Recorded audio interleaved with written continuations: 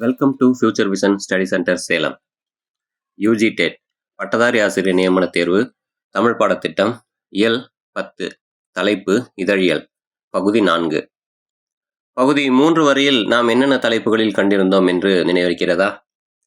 பகுதி 3 ஒரு பத்திரிகை நடத்துபவர் எவ்வாறு அந்த விண்ணப்பத்தினை பூர்த்தி செய்து அனுப்ப வேண்டும், யாரிடம் அனுப்ப வேண்டும், எத்தகைய உறுதிமொழி பத்திரத்தினை அவர் சமர்ப்பிக்க வேண்டும், அதில் உறுதிமொழி பத்திரத்தில் இடம்பெறக்கூடிய செய்திகள் என்னென்ன, செய்தித்தாள் நிர்வாக அமைப்பு எத்தகையதாக இருக்க வாய்ப்பு இருக்கிறது, ஆசிரியர் பிரிவு, வாணிப பிரிவு, செய்தியாளர் எத்தகையவர், அந்த நிருபர் எத்தகையவர் என்பதும், அவருக்குரிய தகுதிகள் பண்புகள் என்பதும், செய்தி என்பது எத்தகையது, செய்தி நிறுவனங்கள் எவை, இந்திய செய்தி நிறுவனங்கள் அவை பற்றிய செய்தி, பேட்டி என்ற தலைப்பிலே பேட்டி காண்பவர்கள், பேட்டி கொடுப்பவர்கள், பேட்டியுடைய வகைகள் போன்ற செய்திகள், மேலும் ஒரு சில செய்திகளின் வகைகள், படங்களின் வகைகள், பதிப்பு எனக்கூடிய அந்த தொழில் எத்தகையதாக இருக்கிறது, ஆசிரியர் பற்றிய செய்திகள், துணை ஆசிரியர் பற்றிய செய்திகள், மேலும் செய்தியின் கட்டமைப்பு எத்தகையதாக இருக்க வாய்ப்பு இருக்கிறது என்ற தகவல்களின் அடிப்படையில் கடந்த வகுப்பினை நாம் கண்டிருந்தோம். இன்றைய வகுப்பிலே இதழியல் பகுதி 4 என்ற தலைப்பிலே நாம் காண இருக்கின்ற தலைப்புகளாக இதழியல் எழுத்து என்ற தலைப்பில், அடுத்தது தலையங்கம் என்பது என்ன, அவற்றை பற்றிய ஒரு சில விளக்கங்கள், திறனாய்வு என்பது என்ன, அவற்றை பற்றிய விளக்கங்கள், இதழ்களில் விளம்பரம் பற்றிய செய்திகள், இதழியல் கலை சொற்களாக ஒரு சில கலை சொற்களை, முற்கால தமிழ் இதழ்கள் பற்றிய ஒரு சில செய்திகளை காண இருக்கிறோம். தமிழ் பத்திரிகைகள் என்ற நூலில் மாசு சம்பந்தன் அவர்கள் குறிப்பிடுகின்ற ஒரு சில செய்திகளையும் இந்த வகுப்பிலே நாம் காண இருக்கின்றோம். முதலாவது, இதழியல் எழுத்து மொழி நடை என்ற தலைப்பிலே காண இருக்கிறோம். இதழியலில் பயன்படுத்துகின்ற அந்த எழுத்து எத்தகையதாக இருக்கிறது, அதனுடைய மொழி நடை எத்தகையதாக இருந்தால் வாசகர்களை அவை கவரும், அந்த இதழியலில் இருக்கின்ற அந்த எழுத்தினுடைய மொழி நடை அது எவ்வாறு பார்க்கப்படுகிறது என்பதை பற்றி காண்போம். இதழுக்கு சிறப்பு சேர்க்கும் கருவி என்பது மொழி நடை. எந்த ஒரு பத்திரிகையாக இருந்தாலும் அதனுடைய தனித்தன்மை என்பது அதனுடைய மொழி நடைதான். ஒவ்வொரு பத்திரிகையும் அந்த பத்திரிகையினுடைய வாசகர்களை கவரக்கூடிய தன்மையே இந்த மொழி நடையினுடைய அடிப்படை தான் என்பது முக்கியமாக பார்க்க வேண்டும். பேச்சு வழக்கில் இருக்கும் தமிழே உயிருள்ள தமிழ். அதை கொச்சை நீக்கி எழுத வேண்டும். புரிகின்ற தமிழில் எழுதினால் மட்டும் போதாது, பேசுகிற தமிழில் எழுத வேண்டும் என்று சீபா ஆதித்தனார் அவர்கள் குறிப்பிடுகிறார். பேச்சு வழக்கில் இருக்கின்ற தமிழ்தான் உயிருள்ள தமிழ், அதை கொச்சை நீக்கி எழுத வேண்டும் என்கிறார். கொச்சை தமிழில் எழுதாமல் கொச்சை நீக்கி புரிகின்ற தமிழில் எழுதினால் மட்டும் போதாது, பேசுகிற தமிழிலும் எழுத வேண்டும் என்று சீபா ஆதித்தனாருடைய இந்த கருத்து நாம் கவனிக்கத்தக்கது. செய்தித்தாள்களை நடத்துவதில் இங்கிலாந்து நாட்டு மரபுகளை கடைபிடித்தது இந்தியா என்று சீபா ஆதித்தனார் அவரே குறிப்பிடுகிறார். ஆக செய்தித்தாள்கள் நடத்தக்கூடிய அந்த தன்மையிலும் கூட இங்கிலாந்தினுடைய மரபுகளை இந்தியா பின்பற்றுகிறது என்பது கவனிக்கத்தக்கது. இந்தியாவில் இருக்கின்ற ஆங்கில மொழி நாளிதழ்களின் மொழியும் நடையும் தொடர்ந்து குறைந்து கொண்டே வருகின்றது என்று பார்த்தசாரதி அவர்கள் குறிப்பிடுகிறார். இந்தியாவில் இருக்கும் ஆங்கில மொழி நாளிதழ்களின் மொழியும் நடையும் தொடர்ந்து குறைந்து கொண்டே வருகிறது. காரணம் என்னவென்றால், இந்திய மொழி இதழ்களுடைய ஆதிக்கம் அதிகரித்தது. அதன் காரணமாக மற்ற நாட்டினுடைய மொழியான அந்த ஆங்கில மொழியுடைய அந்த மொழி நடை குறைந்து வருவதற்கான காரணமாக அதுவே அமைந்தது. ஏனென்றால் ஒவ்வொரு மாநிலத்திற்கும் என்ற அந்த தனித்தனி மொழி நடை என்பது அதனுடைய ஆதிக்கம் அதிகரித்ததனால் ஆங்கில மொழியினுடைய அந்த வளர்ச்சி என்பது குறைந்தது. பத்திரிகைகளினுடைய தொடக்கம் அரசியல் விழிப்புணர்ச்சியே ஆகும். பத்திரிகைகள் எதனால் தொடங்கப்பட்டது இந்தியாவில் என்று நாம் அந்த வகையில் காணும்போது, அரசியல் விழிப்புணர்ச்சியை மக்களிடம் ஏற்படுத்துவதற்காக அல்லவா பத்திரிகைகள் தொடங்கின. ஆங்கிலமும் வடமொழியும் கலந்த ஒரு வகை கலப்பு நடையே இதழியல் நடை. தமிழரை போல் மொழி கொலையில் தலை சிறந்தோர் எவருமில்லை என்று திருவிக குறிப்பிடுகிறார். மொழியினை தமிழரை போல கொலை செய்தவர்கள் வேறு யாரும் கிடையாது என்று இங்கு எள்ளல் பார்வையில் ஏளனமாக பார்க்கக்கூடிய பார்வை. ஏனென்றால் பத்திரிகைகளில் பல பத்திரிகைகளில் மொழிநடையில் மிகச்சிறந்த தமிழ் மொழியை கையாள்வது ஏதேனும் ஒரு 100க்கு 1 பத்திரிகையில் சிறந்ததாக காணப்படுகிறது. மற்ற வகையில் ஆங்கிலம் கலந்த மொழிநடை, சமஸ்கிருதம் கலந்த மொழிநடை என்று இந்த மொழிநடையை அவர்கள் கையாண்டு தமிழுக்குரிய தனித்துவத்தை அவர்கள் கொலை செய்தனர் என்ற அந்த பார்வையே இங்கு திருவிக்காவினுடைய பார்வையாக இருக்கிறது.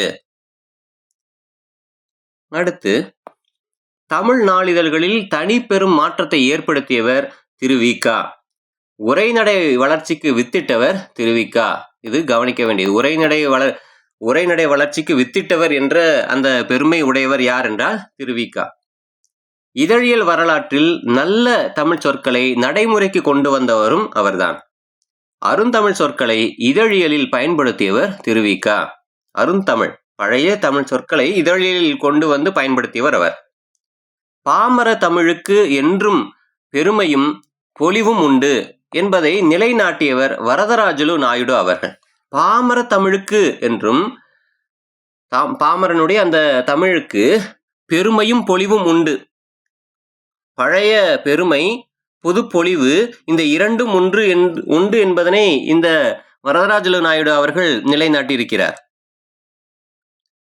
மக்களினுடைய பேச்சு நடையினை பத்திரிகை நடையாக்கி வரலாறு படைத்தவர் சீப ஆதித்தனார் அவர்கள். மக்களினுடைய பேச்சு நடை அதனை பத்திரிகை நடையாகவே கொண்டு சேர்த்து வரலாறு படைத்தவர் ஆதித்தனார் அவர்கள்.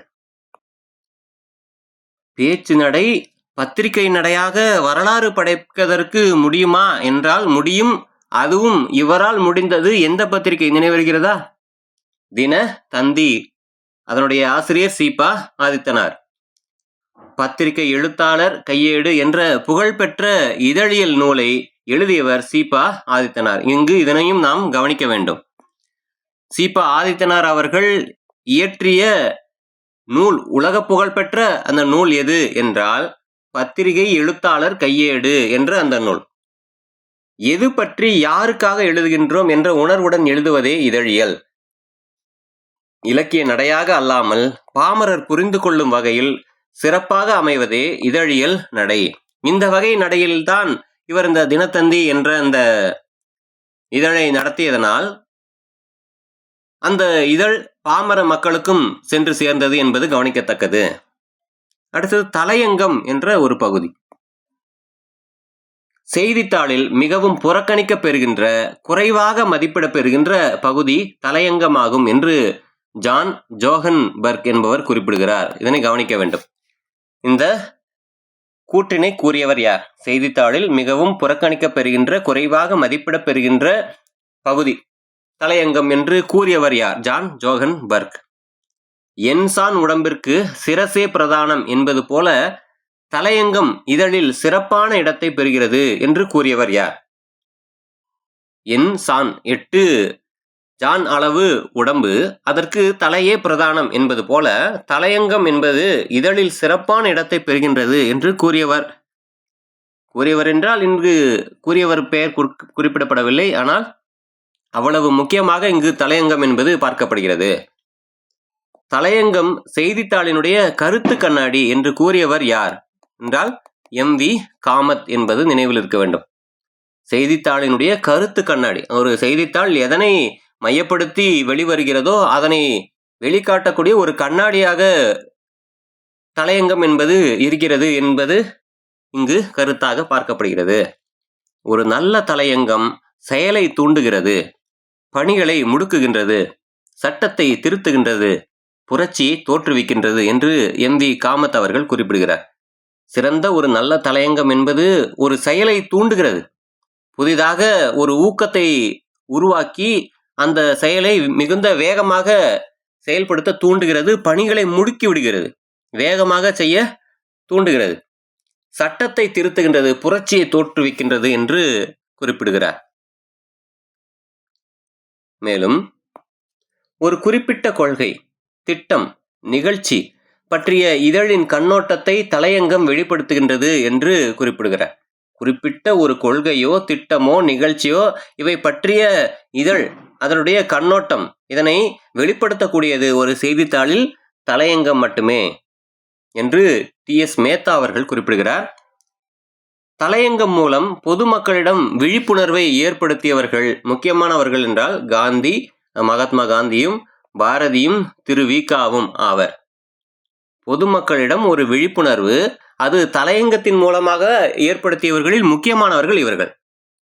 ஒரு குறிப்பிட்ட கருத்தை மக்களிடம் உருவாக்கவும் உருவம் கொடுக்கவும் துணை செய்வது தலையங்கம் ஆகும். வாசகர்களுக்கு சிலவற்றை கற்றுத்தருகின்ற கருவியாக அமைவது தலையங்கம் ஆகும். மக்களின் நலனை காக்கவும் நாட்டின் வளத்தை பேணவும் நல்ல இதழாசிரியர் செய்ய வேண்டியது தலையங்கம் எழுதுவது. மக்களின் நலன், நாட்டின் வளம், நல்ல இதழாசிரியர் அதனை மையமாக கொண்டு தலையங்கம் எழுதுவது அவருடைய கடமையாக இருக்கிறது. ஒரு காலத்தில் ஒரு இதழின் தலையங்கத்தை ஆசிரியர் எழுதுவது மரபு. இப்பொழுது ஒரு குழுவாக எழுதுவதாக அது மாறிவிட்டது. தனித்த ஒருவரால் எழுதப்பட்ட அந்த தலையங்கம் இப்பொழுது குழுவாக எழுதக்கூடிய மரபாக மாறிவிட்டது. சிறந்த ஒரு தலையங்கம் அதனுடைய இயல்பு காய்தல் உவத்தல் இல்லாமல் இருப்பது.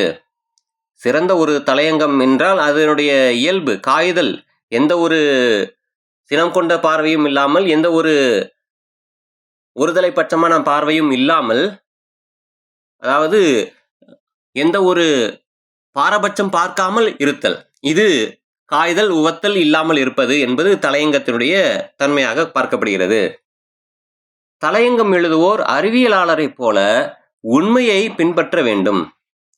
தலையங்கம் எழுதுபவருக்கு கற்றுக் கொடுக்க, தாக்க, காக்க, புகழ 4 வகையான வாய்ப்புகள் கிடைக்கின்றன என்று ஆர்தர் பிரின்ஸ் அவர்கள் குறிப்பிடுகிறார். ஆக தலையங்கம் எழுதுபவருக்கு கற்றுக் கொடுக்க, தாக்க, காக்க, புகழ என்ற 4 வகையான வாய்ப்புகள் கிடைக்கின்றன என்று கூறுபவர் யார்? ஆர்தர் பிரின்ஸ் என்பவர் ஆவார். தலையங்கம் மொத்தமாக எத்தனை வகைப்படும்? தலையங்கம் 3 வகைப்படும். மிகவும் முக்கியமான பொருள் பற்றி கூறுவது, அடுத்த நிலை பற்றி தலையங்கம் எழுதுவது, பொதுவாக மேற்போக்காக எழுதுவது என்று 3 வகையான தலையங்கம் என்பது இருக்கிறது. சிறந்த தலையங்கங்கள் எழுதியவராக இதழியல் வல்லுநர்கள் போற்றக்கூடியது காந்தியடிகளைத்தான். ஆக இதழியல் வல்லுநர்கள் சிறந்த தலையங்கம் எழுதியவராக யாரை போற்றுகின்றனர் என்றால் மகாத்மா காந்தியடிகளை. சிறப்பு தனிக்கூறுகள். ஆக இவ்வகையில் பார்க்கும் முன்பு மகாத்மா காந்தி அடிகள் அவருடைய பத்திரிகைகள் என்னென்ன என்பது நினைவிருக்கிறதா? ஹரிஜன், யங் இந்தியா இவைகளை தான் இவருடைய பார்வையில் வெளிவந்த இதழ்களாக பார்க்கப்படுகின்றன. சிறப்பு தனிக்கூறுகள். இதழியலாளர்களிடம் தனி செல்வாக்கு பெற்றிருக்கும் ஆங்கில சொல் ஃபீச்சர் என்பதாகும். இதனை தமிழில் சிறப்பு தனிக்கூறு என்றும் சிறப்பு தூக்கி என்றும் அழைக்கலாம். ஃபீச்சர் என்பது செய்தித்தாள்களின் ஆன்மா என்று போற்றப்படுகிறது என்று கூறுபவர் பிரைன் நிக்கோலஸ் ஆவார். செய்தித்தாள்களுடைய ஆன்மா போன்று செயல்படுவது. சிறப்பு தனிக்கூறு என்பது சிறப்பு கட்டுரையை குறிப்பது அல்ல. ஆக அது எதனை குறிக்கும்? ஃபீச்சர் என்பது முகத்தினுடைய ஒரு பகுதி அல்லது தனித்து நிற்கின்ற ஒரு பொருள். செய்தித்தாளில் இடம்பெறும் சிறப்பு கட்டுரையாக அது பார்க்கப்படும். மற்றைய செய்திகளிலிருந்து ஆழ்ந்து விவரிப்பது ஃபீச்சர் என்று ஜேம்ஸ் நீல் அவர்கள் குறிப்பிடுகிறார். ஆக ஃபீச்சர் எனக்கூடிய அந்த பகுதி மற்றைய செய்திகளிலிருந்து ஆழ்ந்து விவரிப்பதாக பார்க்கப்படும் என்று ஜேம்ஸ் நீல் அவர்கள் குறிப்பிடுகிறார். ஃபீச்சர் என்பது கால தொடர்புடையது என்று கூறுபவர் M.V. காமத் ஆவார். திறனாய்வு. அடுத்தது திறனாய்வு என்பதற்கு இதழியலில் ரெவ்யூ என்று பெயர். திறனாய்வு என்பது அறம் கூறுவோரினுடைய பணி போன்றது என்று M.V. காமத் அவர்கள் குறிப்பிடுகிறார். அறம் கூறுவோரின் பணி. ஆக அறம் என்றால் இந்த தர்மம், நீதி, நியாயம் என்ற அந்த வார்த்தைகளுடைய முழு அர்த்தமாக விளங்கக்கூடியது ஒரே ஒரு வார்த்தையாக பார்க்கப்பட்டால் அதற்கு பெயர் அறம் என்பது. ஆக சரியான பார்வையில் காய்தல் உவத்தல் இன்றி கூறக்கூடிய கருத்துக்களை திறனாய்வு என்று பார்க்கப்படும். அவ்வாறு அறம் கூறுவோருடைய பணியாக இருக்கக்கூடியதுதான் திறனாய்வு என்பதும். ஒரு திறனாய்வாளர் அவரது தொழிலில் ஓர் ஆபரணம் போல திகழ வேண்டும். கலைஞர்களுக்கு அவர் ஒரு தந்தையின் உருவமாக விளங்க வேண்டும் என்று கருத்துகள் நிகழ்கின்றன. மேலும் நூல் திறனாய்வு என்றால் என்ன? ஒரு நூல் எந்த துறையை சார்ந்ததோ அந்த துறை பற்றிய அடிப்படை இருந்தால் மட்டும்தான் நூலை திறனாய்வு செய்ய வேண்டும். ஒரு நூல் எந்த துறையை சார்ந்ததோ அந்த துறை பற்றிய அடிப்படை இருந்தால் மட்டும்தான் நூலை திறனாய்வு செய்ய வேண்டும் என்று கூறுகிறார். அறிவியலாக இருந்தால் அந்த அறிவியலை பற்றிய அடிப்படை செய்திகளாவது அங்கு இருக்க வேண்டும். அவ்வாறு இருந்தால்தான் அந்த நூல் திறனாய்வு செய்வதற்கு ஏற்றதாக இருக்கும். அந்த நூல் திறனாய்வு மொத்தம் எத்தனை வகையாக பார்க்கப்படும் என்றால் 3 வகையாக பார்க்கப்படும். முதலாவது, நூலை பற்றிய விவரங்கள் ஒரு திறனாய்வாகவும், நூலினுடைய உள்ளடக்கம் என்பது அதுவும் திறனாய்வாகவும், மேலும் திறனாய்வு என்ற அடிப்படையில் அந்த நூலுடைய மொத்தமான கருத்துக்களை பார்ப்பதும் இங்கு திறனாய்வு என்று கூறப்படுகிறது. நூலின் முக்கியத்துவத்தை ஒட்டி வெளியிடப்படுவது நூல் திறனாய்வு என்று கூறுவர். நூலினுடைய முக்கியத்துவம், அந்த நூல் எந்த அளவுக்கு முக்கியத்துவமாக பார்க்கப்படுகிறது என்பதனை ஒட்டியே வெளியிடப்படுவது நூல் திறனாய்வு என்று கூறுவார்கள். திரைப்பட திறனாய்வு. திரைப்படங்களை வெளியிடுவதற்கு முன்பு செய்தியாளர்களுக்கு திரையிட்டு காட்டி பிரிவியூ திறனாய்வு செய்வது மரபாக இருக்கிறது. ஒரு திரைப்படம் அதனை வெளியிடுவதற்கு முன்பாகவே செய்தியாளர்களுக்கு என்று ஒரு காட்சி, அதனை திரையிட்டு காட்டி பிரிவியூ திறனாய்வு செய்வது மரபு. ஏனென்றால் அந்த திரைப்படத்தினை மக்களிடம் கொண்டு சேர்க்கக்கூடிய முக்கியமான கருவிகளாக, முக்கியமான ஒரு பங்கு வகிக்கக்கூடிய இடமாக அந்த பிரிவியூ எனக்கூடிய அந்த தன்மை என்பது இருப்பதால் அந்த படத்தினை அந்த திரைப்படத்தினுடைய தயாரிப்பாளர்கள் வெளியிடுவதை காட்டிலும் செய்தியாளர்கள் அவர்கள் வெளியிடக்கூடிய கருத்துகள் திறனாய்வினுடைய அடிப்படையில் இருப்பதால் மக்களை வரவேற்பதற்கு, மக்களை திரைப்படத்தினை பார்க்க தூண்டுவதற்கு அவருடைய திறனாய்வு என்பது அடிப்படையாக இருப்பதால் முன்பாகவே செய்தியாளர்களுக்கு திரையிட்டு காட்டி திறனாய்வு செய்வது மரபாக இருக்கிறது. அடுத்தது இசை திறனாய்வு. கலைஞருடைய வளர்ச்சிக்கு ஆக்கம் தரக்கூடியவை சிறந்த திறனாய்வுகள். கலைஞர்கள் மேலும் மேலும் வளர்ச்சி பெற ஊக்கமும் ஆக்கமும் தருவதாக அந்த இசை திறனாய்வு என்பது இருக்கிறது. நாடக திறனாய்வு. அடுத்தது நாடக திறனாய்வு. அது 2 வகையாக அமைகிறது. தொழில்முறை கலைஞர்கள் நடிக்கும் நாடகங்கள், பயில்முறை கலைஞர்கள் பங்கேற்கும் நாடகங்கள் என்று 2 வகையான நாடக திறனாய்வு இருக்கிறது. அதென்ன தொழில்முறை கலைஞர்கள் நடிக்கும் நாடகங்கள்? தொழில்முறை கலைஞர்கள் என்பவர்கள் தங்களின் கலை திறமையையே முழு நேர தொழிலாக கொண்டு வருமானம் ஈட்டுபவர்கள் அவர்கள். இன்று அறிவியல் மற்றும் தொழில்நுட்பத்தினுடைய வளர்ச்சியால் கலைத்துறையில் பல புதிய தொழில் வாய்ப்புகள் உருவாகி இருக்கின்றன. ஆக தங்களுடைய கலை திறமையையே முழு நேர தொழிலாக கொண்டு வருமானம் ஈட்டக்கூடியவர்களைத்தான் தொழில்முறை கலைஞர்கள் என்று கூறுவார்கள். ஆக பயில்முறை கலைஞர்கள் பங்கேற்கும் நாடகங்கள் என்று கூறுகிறார்களே, அவற்றினுடைய விளக்கம் என்ன? பயில்முறை கலைஞர்கள் என்பவர்கள் கலையை ஒரு முழு நேர தொழிலாகவோ அல்லது வருமானம் ஈட்டும் நோக்கோடோ செய்யாமல் தங்களினுடைய ஆர்வம், அவருடைய மகிழ்ச்சி மற்றும் மன திருப்திக்காக பயிற்சி செய்பவர்கள் இந்த பயில்முறை கலைஞர்கள் பங்கேற்கக்கூடிய நாடகங்கள் என்று கூறப்படுகிறது. இந்த 2 வகை தன்மையிலே நாடக திறனாய்வு என்பது அமைகிறது. அடுத்தது இதழ்களில் எழுதுவது. எழுத்தாளர்கள் மொத்தம் 2 வகை. தொழில்முறை எழுத்தாளர்கள், சுதந்திர எழுத்தாளர்கள். தொழில்முறை என்றால் ஒரு தங்களுடைய தொழிலுக்காக எழுதுபவர்கள். சுதந்திர எழுத்தாளர்கள் என்றால் தங்களது விருப்பப்படி, தங்களது சுதந்திர எண்ணத்தின்படி, எந்த ஒரு கட்டுப்பாடும் இன்றி தங்கள் எண்ணத்தில் எவையெல்லாம் சொல்ல தோன்றுகிறதோ அதனை அறத்துக்கு உட்பட்டு எழுதக்கூடியவர்களாக இங்கு சுதந்திர எழுத்தாளர்கள் இருப்பார்கள். தற்போது இணையத்தின் அசுர வளர்ச்சியால் மின் அணுமுறை பிரசுரிப்பு பிரபலமாகி உள்ளது. மின் அணுமுறை பிரசுரிப்பு என்றால் மிக வேகமாக அச்சிடக்கூடிய அந்த பணியினுடைய காலகட்டத்துக்கு ஏற்ற இந்த மாற்றத்தினுடைய அடிப்படையில் இந்த பிரசுரித்தல் என்பது மிகுந்த வேகமாக செயல்படுகிறது. நாம் அதற்காக காத்திருக்க வேண்டிய காலம் போகி மிகுந்த வேகமாக இந்த அச்சடித்தல் எனக்கூடிய அந்த பிரசுரித்தல் என்பது மக்களிடம் கொண்டு சேர்வது என்பது எளிமையாக நடைபெறக்கூடிய செய்தியினையே இங்கு மின் அணுமுறை பிரசுரிப்பு என்று கூறுகிறார்கள். அடுத்து இதழ்களில் விளம்பரம். விளம்பரத்தை விற்பனை செய்தல், அங்காடிப்படுத்துதல் என்று கூறுவார்கள். அந்த விளம்பரத்தினுடைய வகை மொத்தம் 11 வகையாக பார்க்கப்படுகிறது. பொருளுக்காக விளம்பரம் செய்வது, ஏதாவது ஒரு பொருளை விளம்பரப்படுத்தி செய்வதில். அடுத்தது நிறுவனத்தின் சார்பாக நடக்கக்கூடிய விளம்பரம். ஏதேனும் ஒரு நிறுவனம் தோற்றுவிப்பவோ அந்த நிறுவனத்தினுடைய பொருட்களினுடைய சந்தைப்படுத்துதலோ இங்கு விளம்பரமாக. அறிவிக்கக்கூடிய பணியினை செய்யக்கூடிய விளம்பரம். நிதி சம்பந்தப்பட்ட ஒரு சில விளம்பரங்கள். வகைப்படுத்தப்பட்ட விளம்பரங்கள், ஒரு சில பொருட்களை வகைப்படுத்தி விற்கக்கூடிய அந்த விளம்பரங்கள். சில்லறை விளம்பரமாக ஒரு சில சிறு சிறு குறுந்தொழில்கள் சம்பந்தமான விளம்பரங்களும், கூட்டுறவு சம்பந்தமான விளம்பரங்களும், அரசு விளம்பரம், வாணிப விளம்பரம், சட்ட விளம்பரம் என்று விளம்பரங்களுடைய வகை மொத்தம் 11ஆக பார்க்கப்படுகிறது. நல்ல இதழ்கள், அவற்றினுடைய தன்மைகள் என்னென்ன? பொதுவாக நல்ல இதழ்களினுடைய நோக்கம் மொத்தம் 6 வகையாக பார்க்கப்படுகிறது. பொது லட்சிய நோக்கம், பொதுவான மக்களுடைய லட்சிய பார்வையில் இருக்கக்கூடிய அந்த நோக்கம். வாணிப நோக்கம், ஒரு இதழ் என்பது வாணிகத்தையே மையப்படுத்தி இருக்கக்கூடிய நோக்கம். பொது லட்சிய நோக்கம் என்பது அந்த இதழினுடைய ஒரு லட்சியமாக எந்த காரியத்தை மையப்படுத்தி அந்த இதழ் தொடங்கப்பட்டதோ அதையவே மையப்படுத்தி செல்வது பொது லட்சிய நோக்கம்.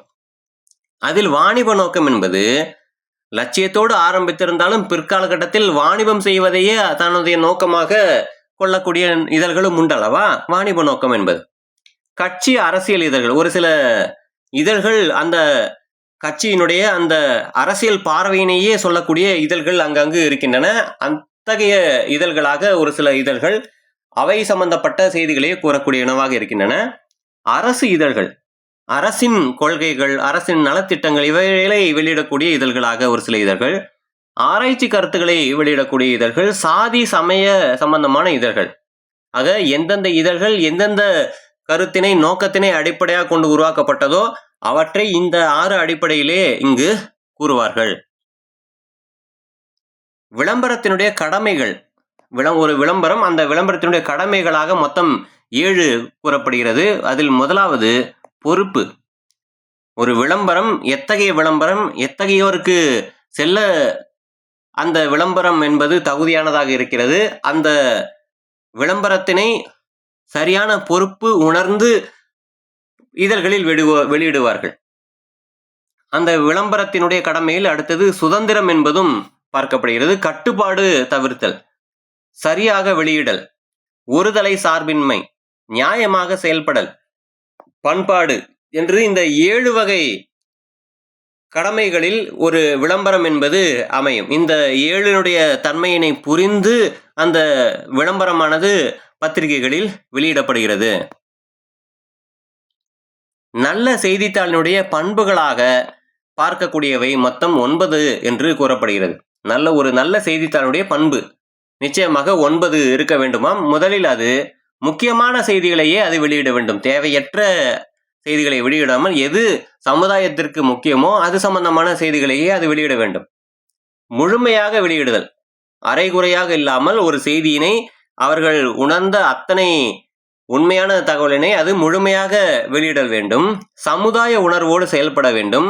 அழகாக அருமையாக வெளியிடுதல், நல்ல மொழிநடை அங்கு இருக்க வேண்டும். வட்டார செய்திகளுக்கே அது முன்னுரிமை தருவதாக இருக்க வேண்டும். பல்சுவை செய்திகளையும் அது கொண்டிருக்க வேண்டும்.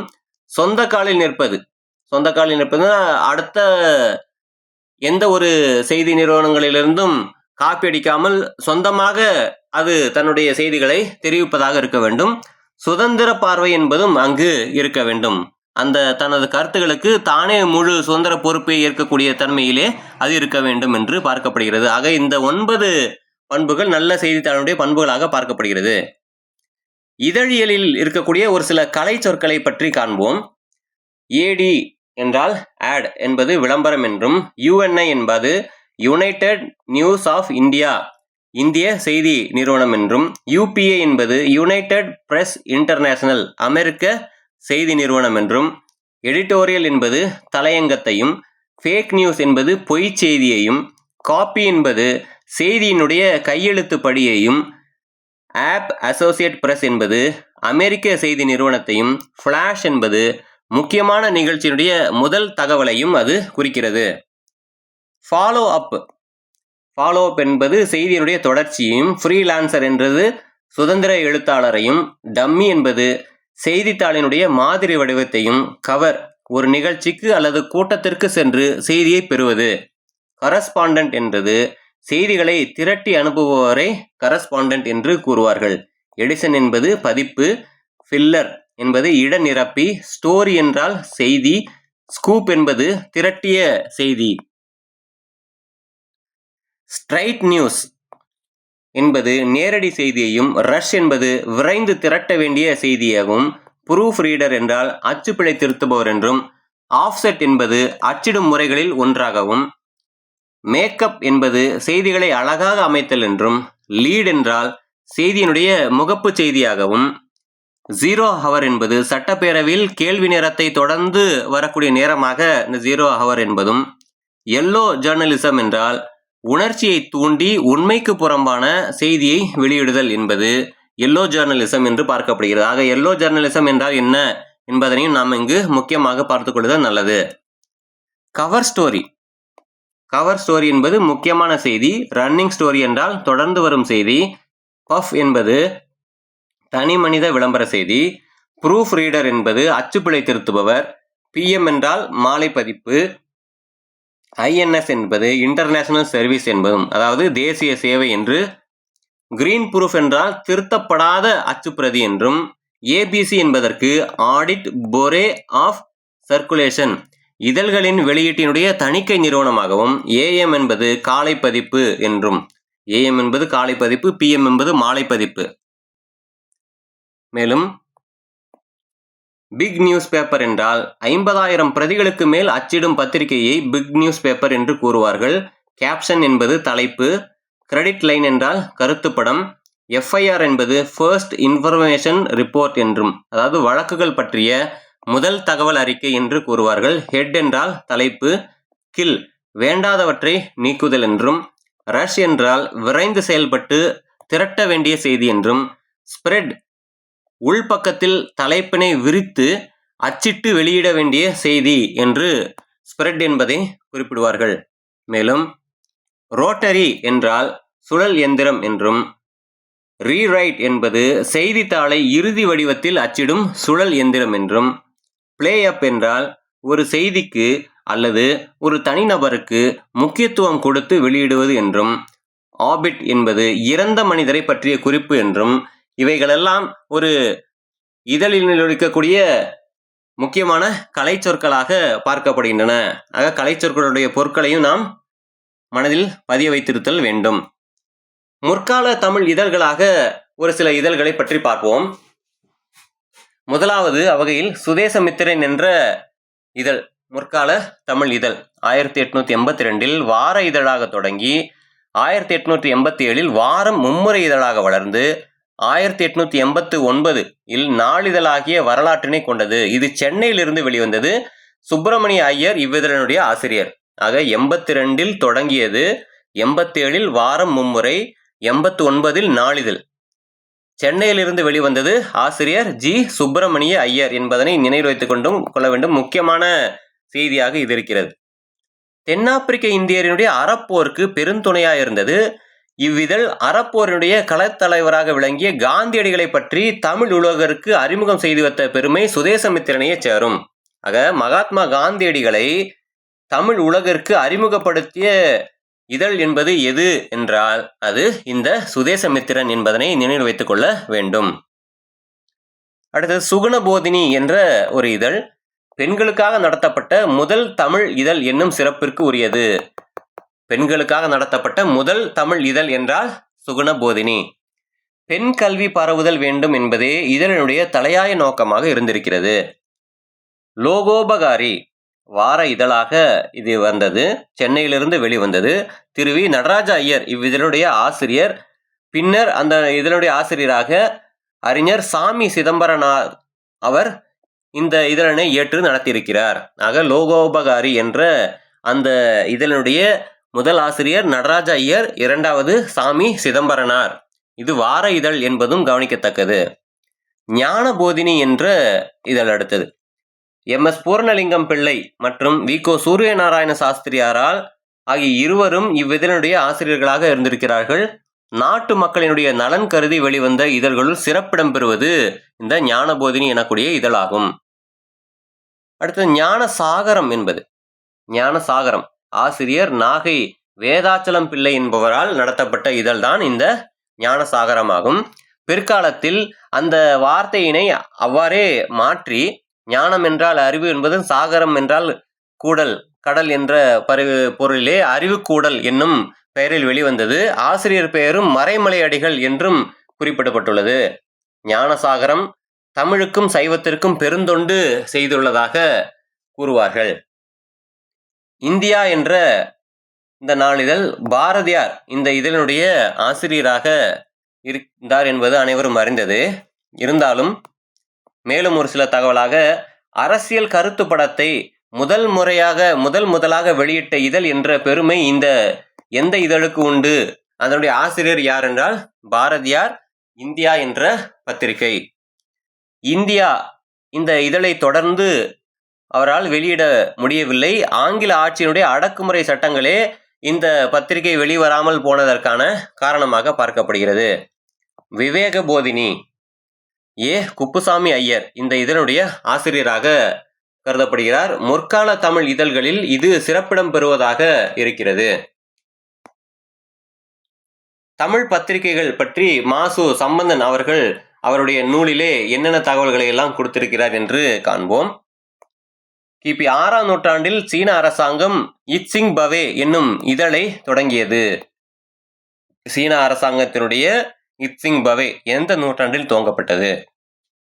இட்சிங் பவே என்பது எந்த அரசாங்கத்தினுடைய இதழ்?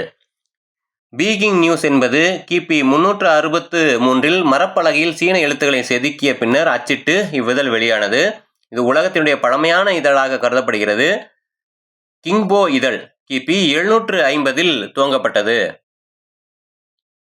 ரோமில் இராணுவ அதிகாரிகளுக்கு நாள்தோறும் இராணுவ தகவல்களை அனுப்பப்பட்டு வந்துள்ளன. அதற்கு ஆக்டா டயர்னா என்று பெயர். இந்த வகுப்பினுடைய முதல் வகுப்பிலேயே பார்த்தோம் அல்லவா, நினைவிருக்கிறது. ஆக்டா டயர்னா என்பது இராணுவ அதிகாரிகளுக்கு தகவல்களை கூறுவதற்காக குறிக்கப்பட்ட செய்திகளை ஆக்டா டயர்னா என்று கூறுவார்கள். இத்தாலியின் தெருவில் முக்கிய இடங்களில் தாளில் எழுதிய அச்சிட்ட செய்திகளை ஒட்டி வைப்பார்கள். இதை அருகில் சென்று படிப்பதற்கு கெஜட்டா என்று பெயர். இதிலிருந்துதான் கெஜட் என்ற பெயர் ஏற்பட்டது. லண்டனின் முதல் நாளிதழாக பார்க்கப்படக்கூடியது போஸ்ட் பாய் என்பது ஆகும். இங்கிலாந்தினுடைய முதல் நாளிதழை தொடங்கிய பெருமை எலிசபெத் மாலத் என்பவரை சாரும். இங்கிலாந்தினுடைய முதல் நாளிதழ் என்பது அதனை துவங்கியவர் யார் என்றால் எலிசபெத் மாலர் என்பதை நினைவு வைத்துக் கொள்ளுங்கள். ஜெர்மனியில் 1609 ஸ்ட்ராஸ்பர்க் நகரில் உறவு என்ற நாளிதழ் தோன்றியது.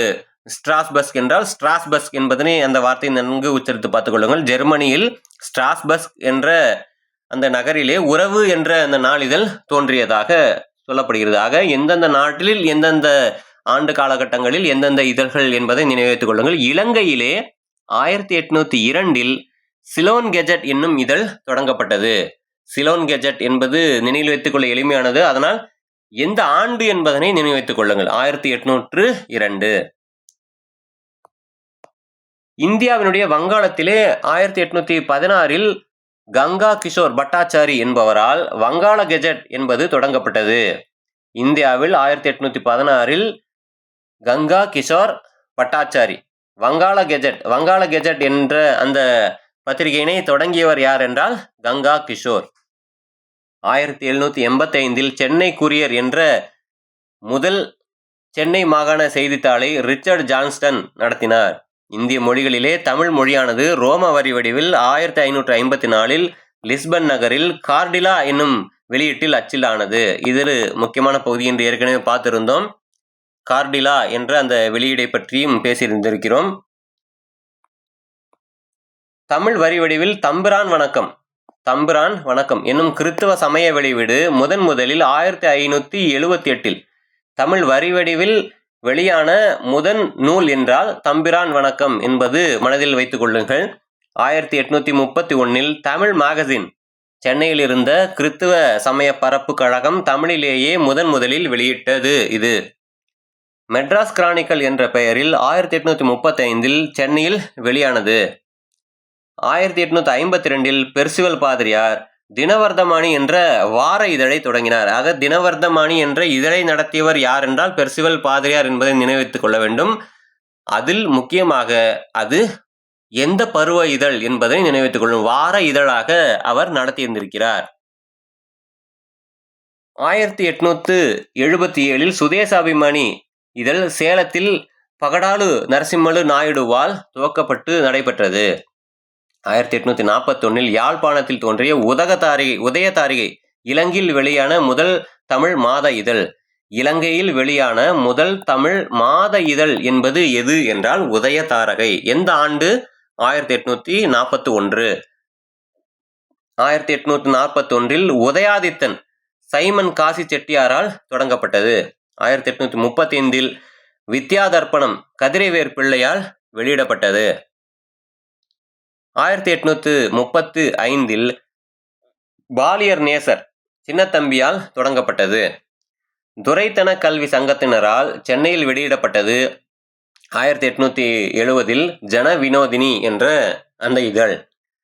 ஞானபானு செங்கல்வராய முதலியாரால் 1876 துவங்கப்பட்டது. விவேக சிந்தாமணி 1892 சி.வி. சாமிநாத ஐயர் அதனை தொடங்கியிருக்கிறார். வித்யாபானு கே.என். ஈஸ்வரையா 1893 துவங்கியிருக்கிறார். லோகோபகாரி 1895 வி. நடராஜ ஐயர் என்பவர் துவங்கியிருக்கிறார்.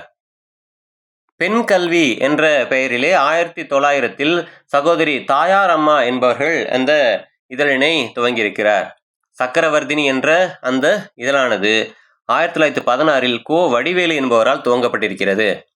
லோகமித்திரன் என்பது எம்.வி. கோவிந்தராஜ ஐயங்காரால் துவங்கப்பட்டது.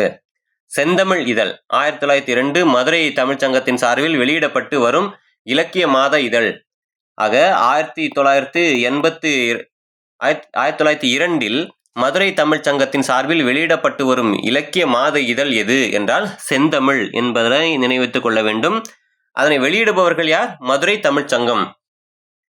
அது இலக்கியத்தினுடைய மாத இதழாக வெளிவரக்கூடியது. ஞானசாகரம் என்பது அறிவுக்கடல் என்ற பெயரிலே 1902 வெளியானது. ஆனந்த போதினி என்பது 1915 ஆரணி குப்புசாமி முதலியார் வெளியிட்டார். நவசக்தி என்பது திரு வி.க. அவர்களால் 1921 வெளியிடப்பட்டது. தமிழ் பொழில் என்பது ரா. வெங்கடாசலம் அவர்களால் 1925 வெளியிடப்பட்டது. தினகரன் 1924 ராகவாச்சாரியார் அவர்களால் வெளியிடப்பட்டது. பாலபாரதி 1924 வாவேசு ஐயர் சேரன் மாதேவி எனும் இடத்திலிருந்து அதனை வெளியிட்டிருக்கிறார். செந்தமிழ் செல்வி 1925 சைவ சித்தாந்த நூற்பதிப்பு கழகத்தால் தொடங்கப்பட்ட மாத இதழ். ஆக சைவ சித்தாந்த நூற்பதிப்பு கழகத்தால் தொடங்கப்பட்ட மாத இதழ் எது? செந்தமிழ் செல்வி. இதே போலதான் சற்று முன்பு பார்த்தோம்ல செந்தமிழ் என்ற வகையிலே மதுரை தமிழ்ச்சங்கத்தால் வெளியிடப்பட்டது என்று. அதுபோல இங்கு செந்தமிழ் செல்வி என்பது 1925 சைவ சித்தாந்த நூற்பதிப்பு கழகத்தால் அது தொடங்கப்பட்டிருக்கிறது.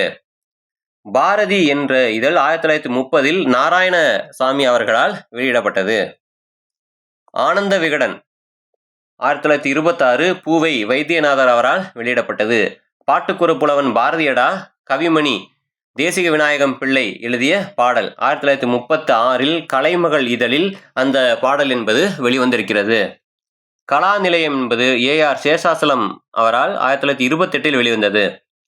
காந்தி என்ற இதழ் 1931 தே.ச. சொக்கலிங்கம் அவரால் வெளியிடப்பட்டது. மணிக்கொடி என்ற இதழ் 1937 வெளியிடப்பட்டிருக்கிறது. பாரதமணி என்பது 1938 க.சி. வெங்கடரமணி அவர்களால் வெளியிடப்பட்டது. பிரசண்ட மகா விகடன் என்பது 1928 வித்வான் அமிர்த சுந்தரநாதனார் வெளியிடப்பட்டார். வீரகேசரி 1930 செல்லையா அவர்களால் வெளியிடப்பட்டது. புலவர் உலகம் என்பது ஜெகவீர பாண்டியன் அவர்களால் நடத்தப்பட்ட இதழாகும். கல்கி என்ற இதழை நடத்தியவர் ரா. கிருஷ்ணமூர்த்தி அவரால் 1941 அது வெளியிடப்பட்டது. அதனால்தான் கல்கி ரா. கிருஷ்ணமூர்த்தி என்று அவர் அந்த பெயரோடு அடைமொழியாகவே அதனை பயன்படுத்துவதற்கான வாய்ப்பு அவருக்கு வந்தது. தமிழ் நேசன் மலேசியாவில் இருந்து 1924 நரசிம்ம ஐயங்காரால் தோற்றுவிக்கப்பட்டது. ஆக தமிழ் நேசன் என்ற இந்த பத்திரிகை எங்கிருந்து வெளிவந்தது என்றால் மலேசியாவில் இருந்து வெளிவந்தது. 1924 நரசிம்ம ஐயங்காரால் வெளிவந்தது. தினமணி இவ்வளவு உயர்ந்த மதிப்பை அடைவதற்கு காரணமாக இருந்தவர் டி.எஸ். சொக்கலிங்கம் அவர்கள். சக்தி என்ற பெயரிலே கிருஷ்ணமூர்த்தி அவர்கள் பத்திரிகையினை வெளியிட்டிருக்கிறார். குடியரசு என்னும் தன்மான இதழ் பெரியாரால் 1925 தொடங்கப்பட்டிருக்கிறது. எச். ஏ. கிருஷ்ணபிள்ளை நற்போதகம் என்னும் இதழில் இரட்சணிய யாத்திரிகம் என்ற அந்த நூலை எழுதியிருக்கிறார். ஆக இதழில் நாவல் போன்றவை நூல்களை எல்லாம் எழுதிய வாய்ப்புகள் அவர்களுக்கு கிடைத்திருக்கிறது. ஜி. சுப்பிரமணிய ஐயரும் வீர ராகவாச்சாரியரும் சேர்ந்து இந்து ஆங்கில வார இதழை தொடங்கி நடத்தினர். இந்து ஆங்கில வார இதழை தொடங்கி நடத்தியவர்கள் யார் என்றால் ஜி. சுப்பிரமணிய ஐயர், வீர ராகவாச்சாரியார் ஆகிய இருவரும். பாரதியின் தனிமை இரக்கம் விவேகபானு இதழில் 1904 வெளிவந்திருக்கிறது. புதுவையில் இருந்தபோது கர்மயோகி என்ற இதழை வெளியிட்டார் பாரதி. விஜயா என்னும் நாளேட்டையும் நடத்த முற்பட்டார் பாரதி. ஞானாமிர்தம் என்னும் சைவ இதழை நடத்தியவர் சபாபதி நாவலர் ஆவார். பீப்பிள்ஸ் ஒப்பீனியன் என்னும் ஆங்கில இதழின் ஆசிரியராக இருந்தவர் பே. சுந்தரம்பிள்ளை. பே. சுந்தரம்பிள்ளை என்பவர் எந்த இதழினுடைய ஆசிரியராக இருந்தார் என்றால் பே. சுந்தரம்பிள்ளை பீப்பிள்ஸ் ஒப்பீனியன் என்ற இதழினுடைய ஆசிரியராக. கா. நமச்சிவாய முதலியார் நல்லாசிரியர் என்னும் மாத இதழையும் தமிழ்கடல் என்னும் இதழையும் நடத்தினார். பிரபஞ்சமித்திரன் என்னும் மாத இதழை நடத்தியவர் சுப்பிரமணிய சிவா. அவரே இன்னொரு இதழாக இந்திய தேசாந்திரி என்னும் வார இதழையும் நடத்தினார். தினமணி என்னும் நாளிதழை தொடங்கியவர் சதானந்தம் அவராவார் 1934. சுதந்திர சங்கு என்ற அந்த இதழானது சங்கு கணேசன் அவர்களால் 1930 துவங்கப்பட்டது. ஜனசக்தி என்னும் பொது உடைமை கட்சியினுடைய இதழையும் தாமரை என்னும் மாத இதழையும் பொறுப்பேற்று நடத்தியவர் ப. ஜீவானந்தம் ஆவார். ப. ஜீவானந்தம் அவர்கள் நடத்திய இதழ்கள் எவை என்றால் ஜனசக்தி, மேலும் தாமரை. ராஜாஜி விமோசனம் என்ற இதழை 1920 நடத்தியிருக்கிறார். திராவிட இயக்க இதழ்களில் ஒன்றாக ஜஸ்டிஸ் என்னும் அந்த இதழ் பார்க்கப்படுகிறது. திராவிடன் என்ற இதழ் 1916 தொடங்கப்பட்டது. விடுதலை என்ற இதழ் அதனுடைய ஆசிரியர் டி.ஏ.வி. நாதன் அவர்கள் 1934. குடியரசு என்ற இதழ் 1925 வெளியிடப்பட்டிருக்கிறது. அண்ணா அவர்கள் நவ யுவன் என்ற பத்திரிகை நடத்தியிருக்கிறார். திராவிட நாடு என்பது 1942 வெளிவந்திருக்கிறது. ஆக இதுவரையில் பார்த்த பகுதியின் அடிப்படையிலே ஒரு சில பயிற்சி வினாக்கள். பத்திரிகை எழுத்தாளர் கையேடு என்ற புகழ்பெற்ற நூலை எழுதியவர் யார்? பத்திரிகை எழுத்தாளர் கையேடு என்ற புகழ்பெற்ற அந்த நூலை எழுதியவர் யார்? சரியான பதில் சி. ப. ஆதித்தனார். தலையங்கம் எத்தனை வகைப்படும்? தலையங்கம் எத்தனை வகைப்படும்? சரியான பதில் 3 வகைப்படும். என்னென்ன நினைவிருக்கிறதா? மிகவும் முக்கியமான பொருள் பற்றி கூறுவது, அடுத்த நிலை பற்றி தலையங்கம் எழுதுவது, பொதுவாக மேற்போக்காக எழுதுவது என்று 3 வகை தலையங்கங்கள் இருக்கின்றன. ஃபீச்சர் என்பது செய்தித்தாள்களுடைய ஆன்மா. ஃபீச்சர் என்பது செய்தித்தாளினுடைய ஆன்மா என்று கூறியவர் யார்? ஃபீச்சர் என்பது செய்தித்தாளினுடைய ஆன்மா என்று கூறுபவர் யார்? சரியான பதில் பிரைன் நிக்கோலஸ். இதழ்களில் விளம்பரத்தின் வகை. இதழ்களில் விளம்பரத்தின் வகை மொத்தம் எவ்வளவு? விளம்பரத்தின் வகை இதழ்களில் மொத்தம் எவ்வளவு என்றால் சரியான பதில் 11. மலேசியாவில் 1924 நரசிம்ம ஐயங்காரால் தோற்றுவிக்கப்பட்ட இதழ் எது? நரசிம்ம ஐயங்காரால் 1924 மலேசியாவில் தொடங்கப்பட்ட இதழ் எது? சரியான பதில் தமிழ் நேசன் என்பது. ஆக இன்றைய வகுப்பிலே நாம் கண்ட தலைப்புகள் என்னென்ன? இதழியல் எழுத்து என்ற தலைப்பிலே இதழினுடைய மொழிநடை எத்தகையதாக இருக்க வேண்டும் என்பதை பற்றி கண்டோம். அடுத்து தலையங்கம் என்றால் என்ன, அவற்றை எவ்வாறு முக்கியத்துவம் கொடுத்து இதழியலாளர்கள் எழுதுகிறார்கள் என்பதை பற்றியெல்லாம் கண்டோம். அடுத்து திறனாய்வு என்ற தலைப்பிலே ஒரு நூல் திறனாய்வு, திரைப்பட திறனாய்வு, இசை திறனாய்வு போன்ற திறனாய்வுகளை கண்டோம். இதழ்களில் விளம்பரம் எத்தகையதாக இருக்கின்றன, அந்த விளம்பரங்களுக்கு எவ்வளவு முக்கியத்துவம் தர வேண்டும் என்ற செய்திகளை கண்டிருந்தோம். இதழியல் கலை சொற்களாக ஒரு சில கலை சொற்களை பார்த்திருந்தோம்.